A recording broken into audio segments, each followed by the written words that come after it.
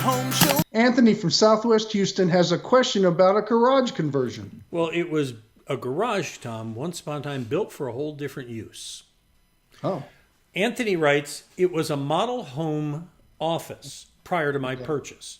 He says, as a garage, I removed half of an inner wall, but before I remove the other half, and you'll like this, I'm concerned it may be a load-bearing wall.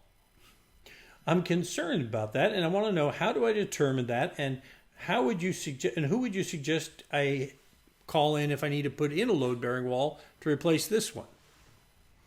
First off, I want to say that if the builder who built this home made it a load-bearing wall in a garage and he knew he was going to sell it, he's one big giant moron.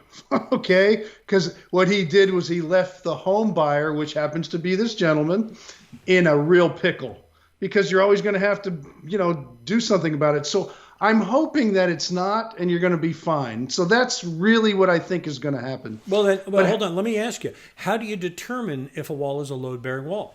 And I was just about to say, and how you determine how a wall is a load-bearing wall is by going up in the attic and looking at your ceiling joists. Your ceiling joists are what people walk on the tops of when they're walking around the attic, so you don't walk on the sheetrock and fall through, which some people tend to do sometimes. But you want to see if they're spliced over the wall.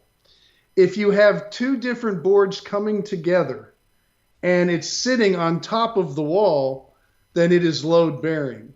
If you have one piece going all the way across the top of the wall to the other wall, chances are it's not, because that's when they started splicing. And that's what they do, is they put the splices on walls and they become load bearing because they're holding up the ceiling joist, which is holding up the ceiling. So if it's one long piece, you're probably fine. Is that why you'll often find the walls on the first floor almost lining up with the walls on the second floor, because they're all sitting on that same kind of place? A lot of production designs, it helps. One of the things when you get into production homes, when you get into custom homes, you can do anything you want. You have to plan different structures. You use a lot more lumber. You have to have bigger size lumber. It costs more money. But when you get into production homes, you'll see that, because part of what the architectural crew has to do is keep the lumber usage down, because that's how they make their money. They go down to $50 here, $100 there, and they're building that same home 100, 200, 1,000 times across the whole country. So that's a lot of savings over the big picture.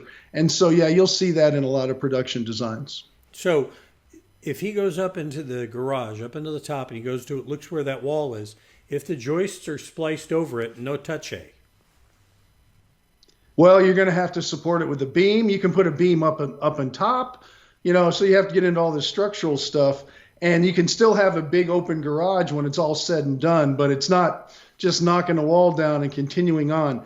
Now, the other thing you might find, just for everybody who's watching this, if the wall is going the same direction as the ceiling joists, so they're parallel to each other, that means there's nothing on top of the wall, then it's not load bearing either. In many cases, it's just a divider wall that's going the same direction as the ceiling joists. When we bought this building, where the company Mojo Media is based, the offices on the second and first floor line up perfectly.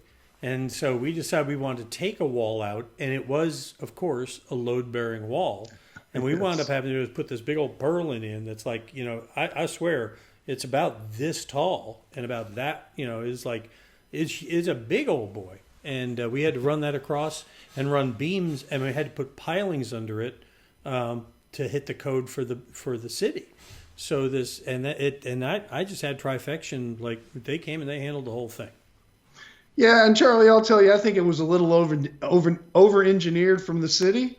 I'm sure you found things like that from the city. Oh no, the permit inspectors and permit people were very reasonable and easy to work with. Yeah. So anyway, you're in good shape. I'll tell you that. It's the building staying up. You know what? If there's ever a windstorm, I stand under that beam.